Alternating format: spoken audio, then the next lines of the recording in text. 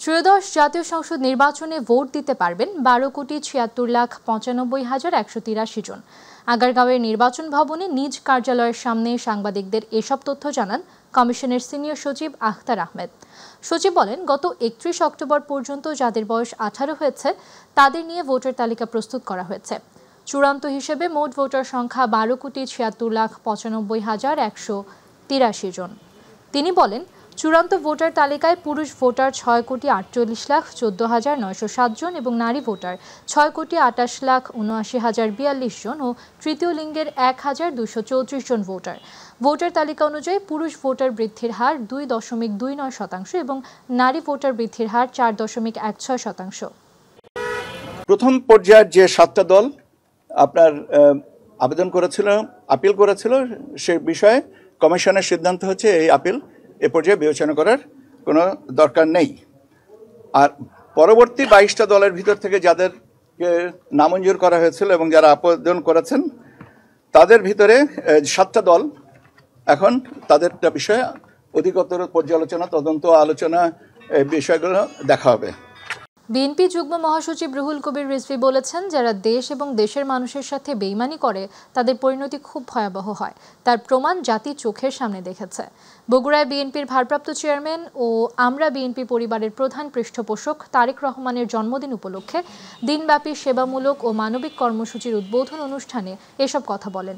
অনুষ্ঠানে সভাপতিত্ব করেন আমরা বিএনপি পরিবারের আহ্বায়ক ও বিএনপি মিডিয়া সেলের সদস্য আতিকুর রহমান রুমন। উপস্থিত ছিলেন বিএনপির চেয়ারপারসনের উপদেষ্টা অ্যাডভোকেট AKM মাহবুবুর রহমান, হেলালুজ্জামান তালুকদার লালু, জেলা বিএনপির সাবেক সভাপতি DP সাইফুল ইসলাম সহ স্থানীয় বিএনপি ও অঙ্গ সংগঠনের নেতৃবৃন্দ। আমরা গজব দেখছি, যারা মনে করেছে বিরোধী দলের ছেলেদেরকে বিচার বহির্ভূত হত্যা করে নিরুদ্দেশ করে দিয়ে, গুম করে দিয়ে, তাদেরকে পাতালে ফেলে দিয়ে নিজের ক্ষমতাকে মজবুত করবেন, নিজের ক্ষমতা আজীবনের জন্য টিকে থাকবেন, তারা নিজের চোখেই নিজের পতন দেখলেন। মীর জাফর নিজের জনগণের সাথে বেইমানি করেছেন, শেষে কুষ্ঠ রোগে ধুকে ধুকে মারা গেছে। যারা নিজের দেশের সাথে বেইমানি করে, স্বাধীনতার সাথে বেইমানি করে, যারা জনগণের রক্ত চুষে খায়, তাদের পরিণতি অত্যন্ত খারাপ হয়। বিএনপির চেয়ারপারসনের উপদেষ্টা ও ডাকসুর সাবেক ভিপি আমানুল্লাহ আমান বলেছেন, হাসিনার রায়ে দেশের মানুষ স্বস্তি পেয়েছে এবং রায়ও কার্যকর হবে। ছাত্র জনতা হত্যা, হেফাজত কর্মীদের নির্বিচারে হত্যার বিচারও হবে। দুপুরে কেরানীগঞ্জের কলাতিয়া ডিগ্রি কলেজ মাঠে এক অনুষ্ঠানে প্রধান অতিথির বক্তব্যে তিনি এসব কথা বলেন। কলেজ ছাত্র দলের আহ্বায়ক সামিউল হকের সভাপতিত্বে এ সময় উপস্থিত ছিলেন স্থানীয় সরকার ও প্রকৌশল অধিদপ্তরের প্রধান প্রকৌশলী মোহাম্মদ আনোয়ার হোসেন, কলেজের অধ্যক্ষ মোহাম্মদ লিয়াকত আলী, গভর্নিং বডির সভাপতি মোহাম্মদ আলী অভি সহ আরো অনেকে। আপনারা দেখেছেন গতকাল একটি রায় হয়েছে, বাংলাদেশের জনগণ স্বস্তি পেয়েছে। হাজার হাজার ছাত্র জনতাকে হত্যাকারী ফ্যাসিস্ট এই দেশের অনৈতিক অবৈধ প্রধানমন্ত্রী শেখ হাসিনার বিচারের রায় হয়েছে গতকাল এবং তার সর্বোচ্চ শাস্তি হয়েছে। বাংলাদেশের জনগণ স্বস্তি পেয়েছে, বাংলাদেশের জনগণ খুশি হয়েছে।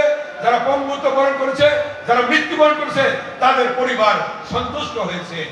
নারায়ণগঞ্জ সিটি কর্পোরেশনের সাবেক মেয়র, নারায়ণগঞ্জ জেলা আওয়ামী লীগের সিনিয়র সহসভাপতি ডাক্তার সেলিনা হায়াত আইভিকে নতুন করে ফতুল্লা থানার 4টি হত্যা মামলা ও সদর থানার পুলিশের কাজে বাধা সহ হামলার মামলায় শোন অ্যারেস্ট দেখিয়েছে আদালত।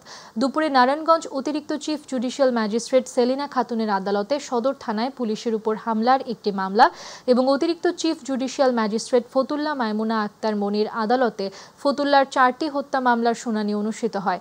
শুনানি শেষে আদালত শোন অ্যারেস্ট দেখানোর আদেশ মঞ্জুর করেন।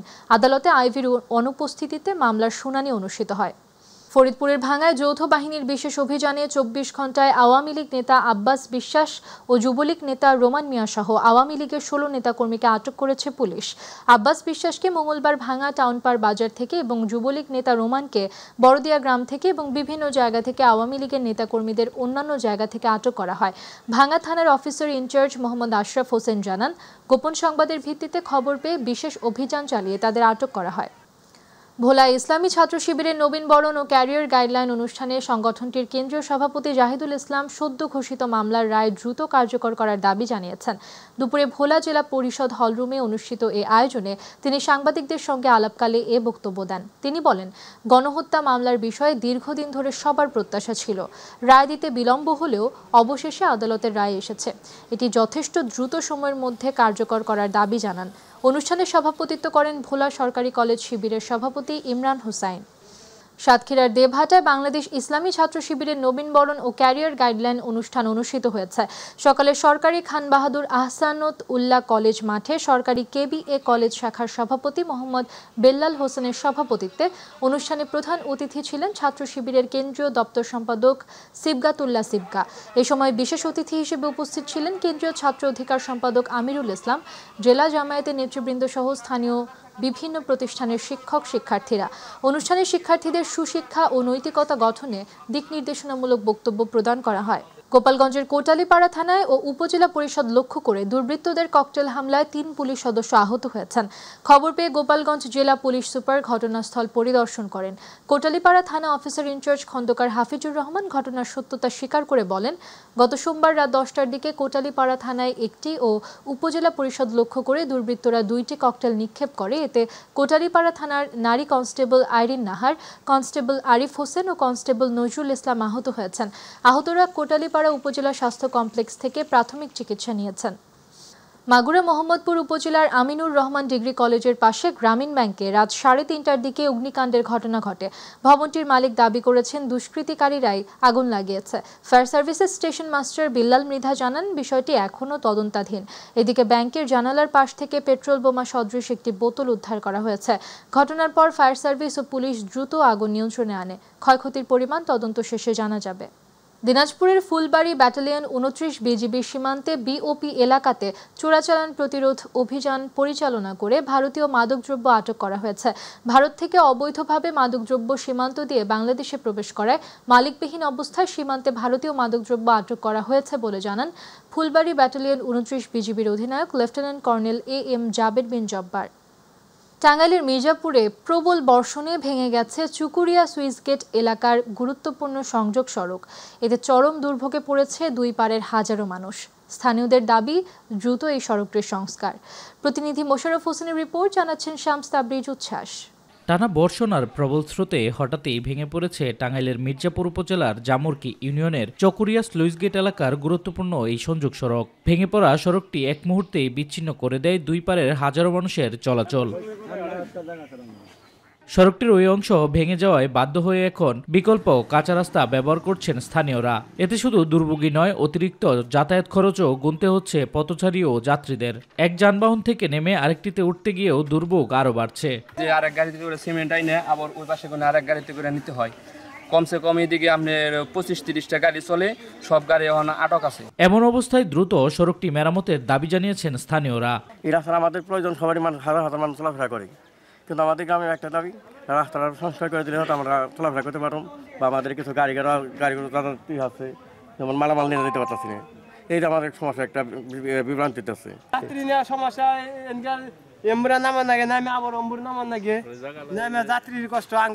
এলজিডি বলছে সড়কটি সাময়িকভাবে ঠিক করার উদ্যোগ নেওয়া হয়েছে, তবে এটি স্থায়ীভাবে টেকসই করতে পানি উন্নয়ন বোর্ডের সহযোগিতা জরুরি। ওখানে জিও ব্যাগ ফেলা হয় এবং সেই জায়গাটি হচ্ছে যে প্রোটেকশন দেওয়া হয়, পরবর্তীতে এলজিডি থেকে তা মেরামত করা সম্ভব হয়। আপাতত চলাচলের জন্য আমরা যেটা করতে পারি সেটা হচ্ছে যে কিছু ইমার্জেন্সি মেইনটেন্স আমরা সাথে করতে পারি, কিন্তু দেখা যাবে যে যদি চলাচল করার জন্য প্রথমত আমাদের স্লোপটা প্রোটেকশন করতে হবে। যদি স্লোপ প্রোটেকশন আমরা না করতে পারি তাহলে কিন্তু চলাচল করে লাভ নেই, আবার ভেঙে যাবে। মির্জাপুরের এই সড়কটি দ্রুত মেরামতের অপেক্ষায় দিন কাটাচ্ছেন এলাকাবাসী। স্থায়ী সমাধান ছাড়া প্রতি বর্ষায় এই দুর্ভোগ যেন নিত্যসঙ্গী হয়ে দাঁড়িয়েছে। শামস তাবরিজ উচ্ছ্বাস, মাই টিভি নিউজ ডেস্ক। বান্দরবানের কুহালং ইউনিয়নের একটি সেতু ভেঙে দেবে যাওয়ায় দীর্ঘদিন ধরে চরম দুর্ভোগে রয়েছে কয়েকটি এলাকার হাজারো মানুষ। দৈনন্দিন প্রয়োজন থেকে শুরু করে শিক্ষার্থীদের যাতায়াত সবকিছুই এখন ঝুঁকির ওপর দাঁড়িয়ে। তবে অবশেষে আশার আলো দেখাচ্ছে এলজিইডি কর্তৃপক্ষ। বান্দরবান প্রতিনিধি মোহাম্মদ তুহিন হোসাইনের পাঠানো তথ্যচিত্রে বিস্তারিত জানাচ্ছেন জুবাইর রহমান। 2023 সালের আগস্টে টানা বৃষ্টি আর বন্যার ফলে ভেঙে দেবে যায় বান্দরবান সদর উপজেলার কুহালং ইউনিয়নের কামলংচড়ার ওপর নির্মিত একমাত্র সেতুটি। এরপর থেকে ঝুঁকিপূর্ণ এই ভাঙা সেতু দিয়েই প্রতিদিন চলাচল করছে 5টি বিদ্যালয়ের শিক্ষার্থীসহ কয়েক হাজার মানুষ। দীর্ঘদিনেও মেরামত না হওয়ায় সেতুটি এখন পরিণত হয়েছে মৃত্যুফাঁদে। সেতুটি ভেঙে যাওয়ায় চরম দুর্ভোগে পড়েছে কামলংপাড়া, ভাঙামুড়াপাড়া, বড়ুয়াপাড়া, মারমাপাড়া, ঢোলুপাড়া, চেমির মুখ ও গোয়ালিয়া খোলা এলাকার অন্তত 10,000 মানুষ। কৃষিপণ্য থেকে নিত্য প্রয়োজনীয় সামগ্রী সবকিছুর পরিবহনই নির্ভর করে এই সেতুর উপর। 2 বছর হল এই রাস্তার মধ্যে বর্তমানে সংস্কার নাই, হামলা চলার আর ভাঙাচোরা আর আসলে যাতে বেশি কষ্ট হয়ে। স্কুলের শিক্ষকরা যায়, স্কুলের শিক্ষার্থীরা যায়, বিভিন্ন কারণে আমরা এক ধরনের আতঙ্কিত হয়ে থাকি। অনেক দিন ধরেই রাস্তা পড়ে আছে, কেউ মেরামত করতেছে না এখনো। বিভিন্ন প্রকৌশলী অধিদপ্তরে ধর্ণা দেওয়ার পরও অনুমোদন না হওয়ায় কাজ শুরু হয়নি বললেন কুহালং ইউনিয়ন পরিষদ চেয়ারম্যান। এই ব্রিজ দিয়ে 7-8 হাজার লোকের যাতায়াত এবং কৃষি যে পণ্যগুলি এই রাস্তা দিয়ে যাতায়াত করে। এটি যদি হয় তাহলে এখানকার যে ইউনিয়ন পরিষদ যাতায়াতের ক্ষেত্রে সহজ হবে। কামলং ও কুহালং সড়কের এই ব্রিজের জন্য 36 মিটার ব্রিজের অনুমতি পেয়েছে এলজিইডি। CSTRADPর আওতায় আগামী 15 দিনের মধ্যে টেন্ডার প্রক্রিয়ায় চলে যাবেন বলছেন নির্বাহী প্রকৌশলী। কেয়ামলং এবং কুহালং সড়কে যে ব্রিজটি, এটা আমরা 36 মিটার ব্রিজ একটা অনুমোদন পেয়েছি CSTRADP প্রকল্পের আওতায়। এটা আগামী 15 দিনের মধ্যে আমরা টেন্ডার প্রক্রিয়ায় চলে যাব। দীর্ঘদিনেও সেতুটি সংস্কার না হওয়ায় ভোগান্তি যেন চরমে। বড় কোনো দুর্ঘটনা ঘটার আগেই অতি দ্রুত স্থায়ী সেতু নির্মাণের ব্যবস্থা করা হোক, এমনটাই প্রত্যাশা স্থানীয়দের। Zubair Rahman, MyTV news. রাজবাড়ীর দৌলতদিয়ায় বাংলাদেশ অভ্যন্তরীণ নৌ পরিবহন কর্তৃপক্ষ BIWTA এর 3টি নতুন ফেরির পন্টুন দীর্ঘদিন ধরে অকেজো অবস্থায় পড়ে আছে। অব্যবহৃত অবস্থায় মরিচা পড়ে নষ্ট হয়ে যাচ্ছে মূল্যবান এসব পন্টুন। 2023 সাল থেকে নতুন এই 3টি পন্টুন ব্যবহারের জন্য প্রস্তুত করে রাখা হলেও এখন পর্যন্ত হয়নি কোনো ব্যবহার। স্থানীয়রা বলছেন, অবহেলা আর অনিয়মের কারণে সরকারের কোটি টাকার সম্পদ নষ্ট হচ্ছে। প্রতিনিধি শেখ মুমিনের রিপোর্ট। দেশের অন্যতম গুরুত্বপূর্ণ নৌরোড দৌলতদিয়া পাটুরিয়া। প্রতিদিন হাজারো যানবাহন ও যাত্রী চলাচল করে এই ঘাট দিয়ে। এমন গুরুত্বপূর্ণ ঘাটে ফেরির নিরাপদ চলাচলের অন্যতম বড় উপকরণ হলো পন্টুন। কিন্তু দৌলতদিয়া ঘাটে BIWTA এর নতুন 3টি পন্টুন 2 থেকে 3 বছর ধরে ব্যবহার না করেই পড়ে আছে অচল অবস্থায়। এমন অবস্থায় পন্টুনগুলোর শরীর জমে আছে মোটা স্তরের মরিচা, দেবে গেছে বেশ কিছু অংশ, খুলে গেছে জোড়া। স্থানীয়রা বলছেন, সময় মতো ব্যবহার না করলে যে কোনো যন্ত্রপাতি নষ্ট হয়, আর এই পন্টুনগুলো তার বড় উদাহরণ। জানা গেছে, নতুন পন্টুনগুলো বসানোর উদ্যোগ একাধিকবার নেওয়া হলেও নৌপথের ড্রেজিং, সঠিক স্থান নির্ধারণ, ঘাটের আধুনিকায়ন এবং প্রশাসনিক অনুমোদন এসব জটিলতা দেখিয়েই কাজ শুরু হয়নি। পল্টনগুলা এগুলো তো আমরা বিগত আজকে প্রায় 3 বছর যাবত দেখবালি। আমাদের যেই নৌ রুটে যে চলাচল, এই চলাচলে ব্যাহত হচ্ছে। নতুন পল্টন দিনে আমাদের জন্য একটু ভালো হয়। এখানে সরকারের কোটি কোটি টাকা নষ্ট হচ্ছে, এটা এখানে সরকারের নজর দেওয়া উচিত। এদিকে পুরানো পল্টনগুলো প্রতিদিনই ঝুঁকি নিয়ে চলছে। এতে যাত্রীদের পাশাপাশি ঝুঁকিতে থাকে মালবাহী ট্রাক, বাস, কাভার্ড ভ্যানও। পুরান পল্টনগুলো আমাদের অনেক কষ্ট হয় ভাই। মনে করেন আমাদের জামজট সৃষ্টি হয় এইখানে। পল্টনে ফেরি গেল যেন আবার রানিং করা হয় নতুনগুলো। পুরান যে পল্টন ওগুলো যাইতে আমাদের খুব কষ্ট হয়, রিস্ক হয়। প্রশাসনিক ভাবে যদি মনে করেন যে মনে করেন দলের ক্ষমতা দেয়, অনেকে করতে চায়, অনেকে না। তবে এই বিষয়ে ক্যামেরার সামনে কথা বলতে রাজি হননি গলন্দ উপজেলা নির্বাহী অফিসার সাথী দাস। স্থানান্তর করি তাহলে ওই যে যারা পণ্যগুলো প্রস্তুত করছে ওনারা বীজ পাবে না, যখন আসছে ওগুলো ব্যবহার হচ্ছে। কাল পর্যায়ক্রমে আমরা এগুলো এখানে ব্যবহার করব। এখানে যদি প্রয়োজন না হয় তাহলে আমরা স্থানান্তর করব। আপনার সবচেয়ে ভালো হয় আমাদের যে আশরাফ সাহেব আছে, ওনার সাথে কথা বললে সবচেয়ে ভালো হয়। পণ্যের বিষয়ে আমি কিছু কোনো মন্তব্য করতে পারতেছি না। আমি শুধু BIWTCর ফেরিগুলি, পন্টনগুলির মাধ্যমে নৌপথে পণ্য, যাত্রী, যানবাহন পারাপারের মাধ্যমে সম্মানিত যাত্রী যারা আসবেন সকলকে সেবা দিই। দৌলতদিয়া ঘাটে অকেজো হয়ে পড়ে থাকা এই পল্টনগুলো সরকারের কোটি টাকার সম্পদ। তাই দ্রুতই এই পল্টনগুলো স্থাপন বা মেরামতের দাবি স্থানীয়দের। শেখ মুমিন, মাইটিভি, রাজবাড়ী। ব্রাহ্মণবাড়িয়ার নাসিরনগরে বিএনপির ভারপ্রাপ্ত চেয়ারম্যান তারেক রহমান ঘোষিত রাষ্ট্র কাঠামো মেরামতের ৩১ দফা বাস্তবায়নের লক্ষ্যে মতবিনিময় সভা অনুষ্ঠিত হয়েছে। সোমবার বিকেলে ফান্দাউক বাজারে আয়োজিত সভায় প্রধান অতিথি ছিলেন ব্রাহ্মণবাড়িয়া ১ আসনে বিএনপির সংসদ সদস্য পদপ্রার্থী উপজেলা বিএনপির সভাপতি এম এ হান্নান। ফান্দাউক বিএনপির সভাপতি মোহাম্মদ শফিকুল ইসলামের সভাপতিত্বে সাধারণ সম্পাদক কাজী ইয়ার খানের সঞ্চালনায় সভায় উপস্থিত ছিলেন উপজেলা বিএনপির সাংগঠনিক সম্পাদক অ্যাডভোকেট আলী আজম চৌধুরী, সাবেক সদস্য সচিব আজিজুর রহমান চৌধুরী, সহ সাংগঠনিক সম্পাদক অ্যাডভোকেট আরাফাত উল্লাহ সহ আরও অনেকে। হাটহাজারী বায়েজিদ আসনে বিএনপির প্রার্থী ব্যারিস্টার মীর মোহাম্মদ হেলাল উদ্দিন বলেছেন, হাটহাজারী শান্তি ও সম্প্রীতির জনপদ, এখানে সন্ত্রাসের কোনো স্থান নেই। এক অভিভাবক সমাবেশে প্রধান অতিথির বক্তব্যে তিনি এ মন্তব্য করেন। তিনি বলেন, বিএনপি শান্তি ও উন্নয়নে বিশ্বাসী। দেশ পরিচালনার দায়িত্ব পেলে শহীদ জিয়ার স্বপ্ন বাস্তবায়নে প্রতিটি গ্রামের সার্বিক উন্নয়ন নিশ্চিত করা হবে। শিক্ষার্থীদের উদ্দেশ্যে তিনি মেধার পাশাপাশি নৈতিকতা, অধ্যাবসায় ও কঠোর পরিশ্রমের উপর গুরুত্ব দিতে আহ্বান জানান। আসন্ন জাতীয় সংসদ নির্বাচনে বিএনপি মনোনীত গাইবান্ধা ৩ সাদুল্লাপুর পলাশবাড়ী আসনে সংসদ সদস্য প্রার্থী জেলা বিএনপির সভাপতি ময়নুল হাসান সাদিকের পক্ষে নির্বাচনী লিফলেট বিতরণ করেছে সাদুল্লাপুর উপজেলা বিএনপি। উপজেলা বিএনপির উদ্যোগে উপজেলা শহরের বিভিন্ন স্থানে দোকান মালিক ও উপজেলা রেজিস্ট্রি অফিস চত্বরে সাধারণ জনগণের মাঝে ময়নুল হাসান সাদিকের পক্ষে নির্বাচনী লিফলেট বিতরণ করে স্থানীয় নেতাকর্মীবৃন্দ। নির্বাচনী লিফলেট বিতরণকালে উপস্থিত ছিলেন উপজেলা বিএনপির যুগ্ম আহ্বায়ক রোস্তম আলী, যুবদলের যুগ্ম আহ্বায়ক মাসুদ আকন্দ সহ উপজেলা বিএনপি ও অঙ্গ সংগঠনের বিভিন্ন ইউনিয়নের নেতাকর্মীবৃন্দ। শেখ হাসিনার রায়ে বরিশাল জেলা ও মহানগর বিএনপির ও অঙ্গ সংগঠন নগরীর সদর রোডে কাকুলির মোড়ে জনসাধারণের মাঝে মিষ্টি বিতরণ করেন। এ সময় বিএনপি স্থায়ী কমিটির সদস্য আবু নাসের মোহাম্মদ রহমাতুল্লাহর সাথে বিএনপির বিভিন্ন পর্যায়ের নেতাকর্মীরা উপস্থিত ছিলেন।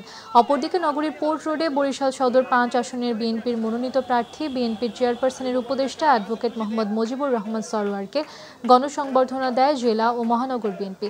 এ সময় উপস্থিত ছিলেন মহানগর বিএনপির আহ্বায়ক মনিরুজ্জামান ফারুক, সদস্য সচিব জিয়াউদ্দিন শিকদার জিয়া সহ নেতৃবৃন্দরা।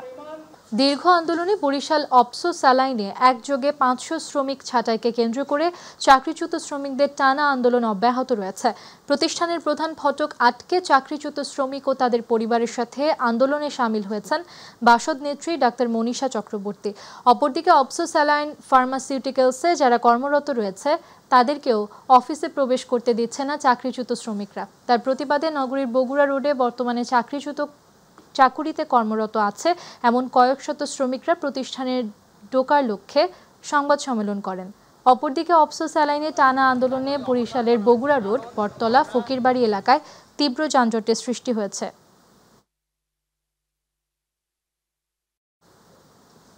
সিরাজগঞ্জের উল্লাপাড়ায় উপজেলা বিএনপি ও পৌর বিএনপির যৌথ উদ্যোগে গণমিছিল ও আলোচনা সভা অনুষ্ঠিত হয়েছে।